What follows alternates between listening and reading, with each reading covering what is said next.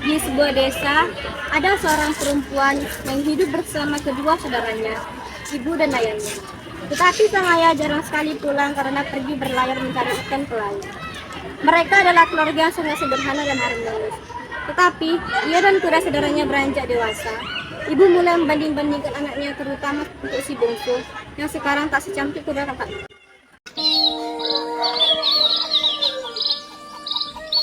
Dia sedang menyapu halaman.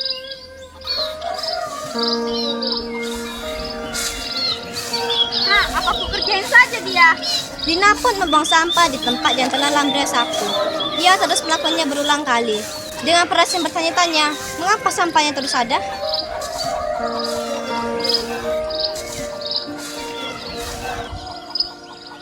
Kak, kenapa sih kamu buang sampah terus-menerus? Aku capek Kenapa? Aku nggak suka. Karena mendengarkan suara ribu Lambria dan Lina, akhirnya ibu dan kakaknya menghampiri mereka. Ada apa ini? Kok ribut? Ini tuh, kakak datang membuang sampah, aku capek. Mohon ibu, bahkan mengilang sampah saja keras. Takut kulturnya rusak. Benar, sebaiknya kamu pergi cepat lagi. Tapi bu, kenapa kita lakukan saja? Dengan berat hati, Lambria pergi ke sungai untuk cuci semua pakaian kotor, walaupun itu bukan tugasnya. Tetapi ia dengan ikhlas hati mengerjakannya di saat perjalanan ia bertemu dengan sahabatnya. Hai, kamu mau cuci baju ke sungai? Ah, iya. Aku ikut ya. Ya, ayo. Mereka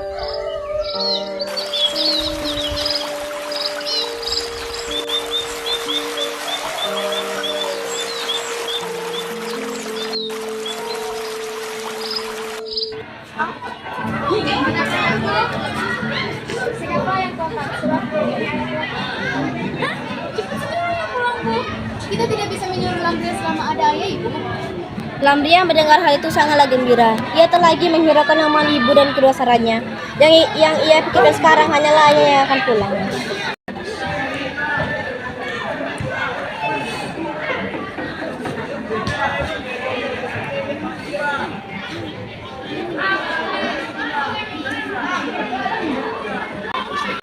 Aku sudah kembali pulang.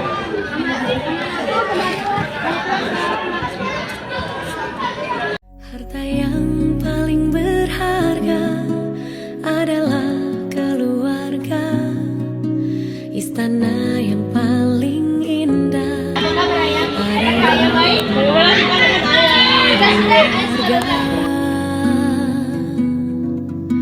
Puisi yang paling bermakna adalah keluarga. Sudah ayah di rumah dan menghabiskan waktu bersama mereka.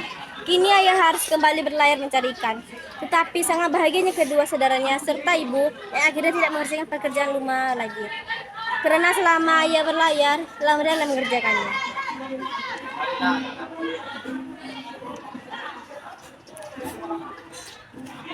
Ayah akan pergi berlayar lagi.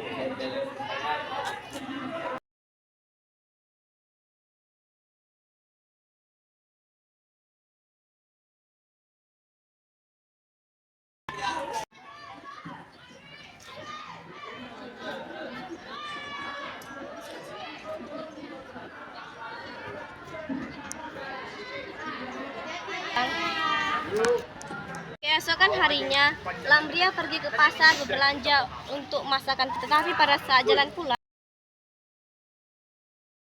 Lambria, beliku dong. Uangku sudah tidak ada, uangku udah habis untuk beli sayuran ini. Benar tuh, beri saja kan uang sisa belanja kamu. Gak ada lagi, udah habis. Jangan kau bohongin kami dong. Reva pun merampas sayur itu dan memijakkannya. Lalu Nelsi mendorong bahu Lambria hingga ia terjatuh. Lambria pun menangis sambil mengetisarnya.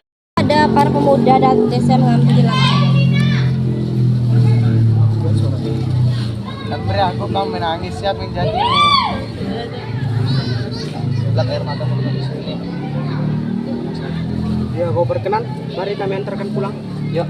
Lambria hanya mengangguk saja karena pikirannya hanya di sayuran yang sudah hampir hancur semua.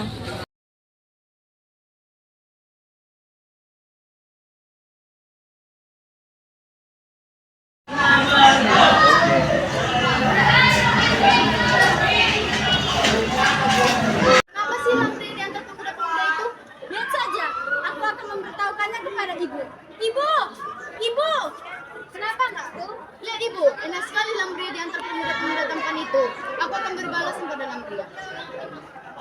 Ibunya tidak merespon apapun. Karena tidak ada respon dari ibu, Lina pun bersinatu minta tolong kepada dua gadis desa yang nakal. Keesokan harinya, Lina pun menjumpai mereka.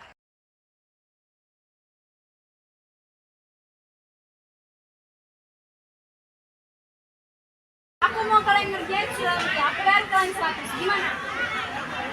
Boleh aja. Oke. Main Siang hari pun tiba. Waktunya para anak sekolah pada pulang. Pada saat pertengahan jalan, mereka melihat Lambria dan mereka pun jelekan misinya.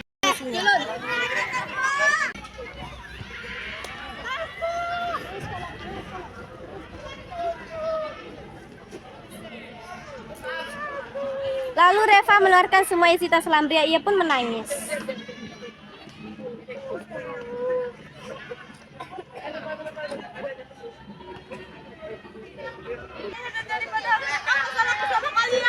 Sebenarnya enggak ada, cuman kami nggak suka sama kau, toh kau.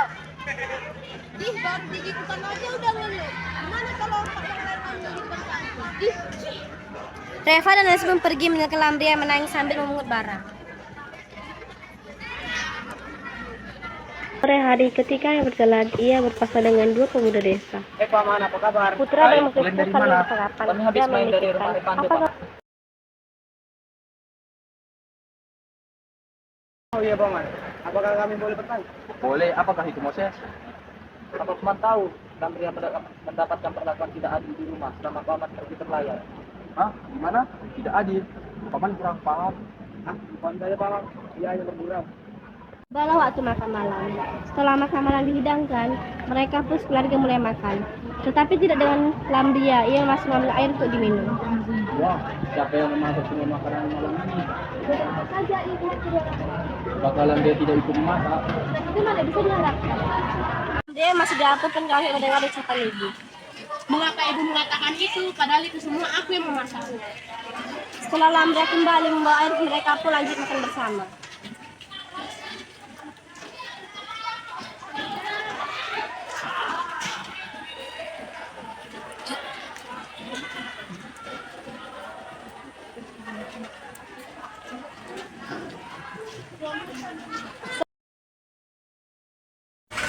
Sudah makan, ayah mengajar semangat keluarga kebersihan karena ada hal yang dibicarakan. Ayah ingin bertanya, mengapa ada orang yang memberitahu ayah bahwa Lambria tidak mendapatkan perlakuan yang bersama ayah tidak di rumah? Ibu, Lina, dan Katarina yang mendengar terkejut. Lantaran apa yang ayah katakan, mereka terdiam sambil melirik satu sama lain. Saya akan bertanya, ibu bagaimana ini? Betul itu Lambria, apakah betul ibu memperlakukan keluarga ke atas? Lambria mendengar itu merasa bimbang. Satu sisi dia ingin memberitahukan itu, tapi dia takut dimarahi atau yang paling parah dia akan dihukum di rumah. Pada saat ayahnya tidak ada di rumah, akhirnya dia memilih untuk berbohong. Iya, ayah. Oh, sudah. Katarina, Lina, Lambria, pergilah tidur. pagi hari pun tiba? Mereka pun mulai rutinitas pagi mereka. Seperti biasa, Lambria akan menjaga sarapan dan ibu dan kakaknya hanya duduk tenang. Lagi dengan anak-anak. Pagi, ayah. Mereka pun makan dengan tenang. Selesai makan, ayah pun langsung ke teras memanggil ibu untuk membuatkan kopi. Tolong buatkan kopi ayah. Baik, ayah. Ibu mendengar itu langsung pergi ke dapur untuk membuatkan kopi. Keesokan harinya, tepat pukul 2 siang. Lambria berjalan menuju ke rumah. Saat pertengahan jalan, Lambria tidak sengaja berpapasan dengan Elsie dan Reva.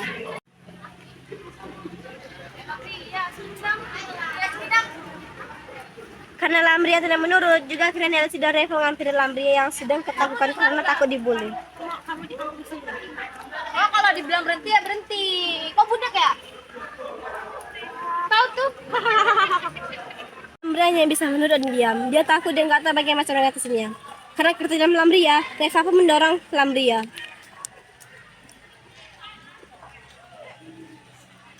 Setelah Reva puas, Reva pun langsung berjalan kepada Elsie sambil tertawa. Sore hari pun tiba. Ketika cowok tampak tersebut tengah jalan-jalan santai di sekitar rumahnya.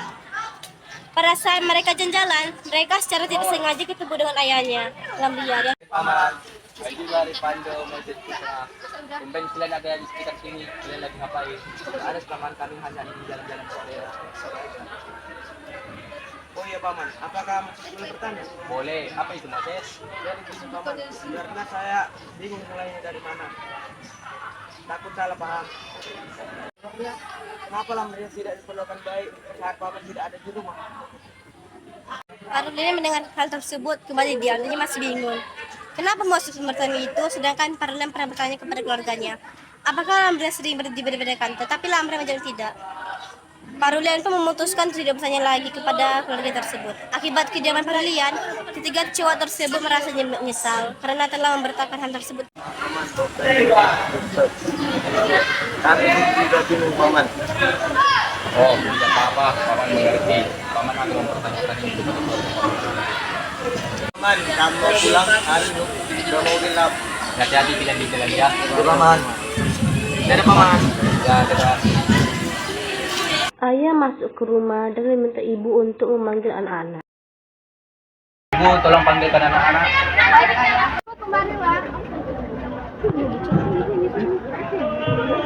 Jadi begini, ayah ingin bertanya lagi. Mengapa Lamria tidak mendapatkan perlakuan yang baik? Apakah betul itu Lamria, Ibu? Lamria mendapatkan pertanyaan tersebut hanya bisa terdiam sampai menunduk. Sang ibu langsung membolongkan matanya sambil mikir, siapa yang memberitahukan itu? Ayah, ibu tidak pernah memanggil mereka. Yang mendengarkan itu pun teriak sambil terisak. Cukup ibu, ayah tahu selama ini aku telah dibeda-bedakan sama ibu. Ibu tidak pernah mengasih sayang sama aku. Lamria mengeluarkan semua unek-uneknya. Ayah mendengarkan itu pun langsung sesak napas dan terjatuh.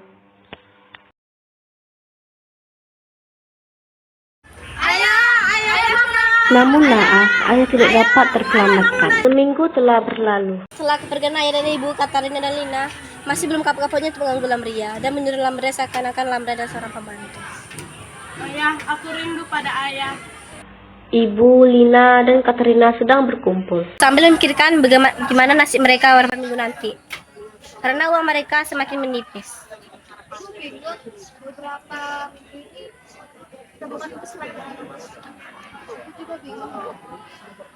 Bagaimana kalau kita menyebut Lamria sedih? Iya, Pak. Tapi bagaimana? Aku tahu caranya. Itu hari Sabtu. Di rumahnya hanya ada Lina dan Lamria. Karena ibu dan Katarina sedang pergi. Lamria, ke sini. Aku ingin kamu mengambil emas ibu. Tapi untuk apa? Sudah ambil saja. Nah, mendengar itu pun sangat tidak bodoh. Ia punya ide yang sangat cemerlang.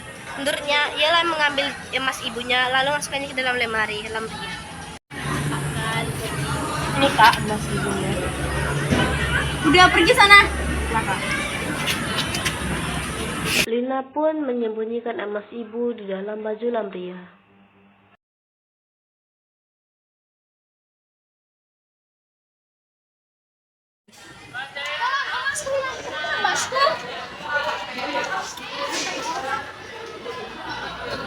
Coba lihat baik-baik ibu. Ayo bu, kita geledah saja rumah ini. Akhirnya mereka mulai menggeledah semua kamar. Tibalah di kamar Lamria. Mereka pun memeriksa lemari Lamria.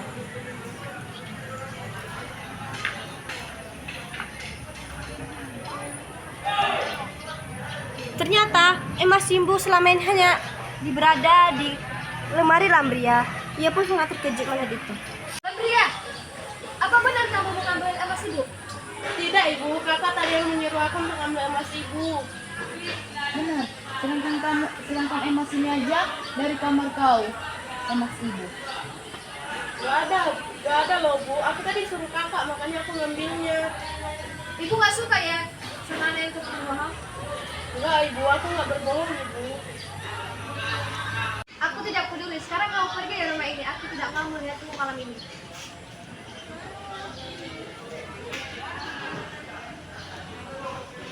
Ya Tuhan, bagaimana ini? Aku cuma punya uang sedikit dari sisa tabungan dengan ayah padaku.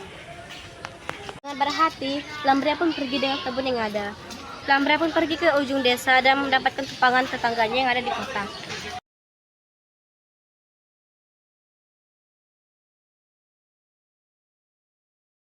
Lamria dan sahabatnya kembali sukses sebagai seorang penjahit baju. Inilah dia.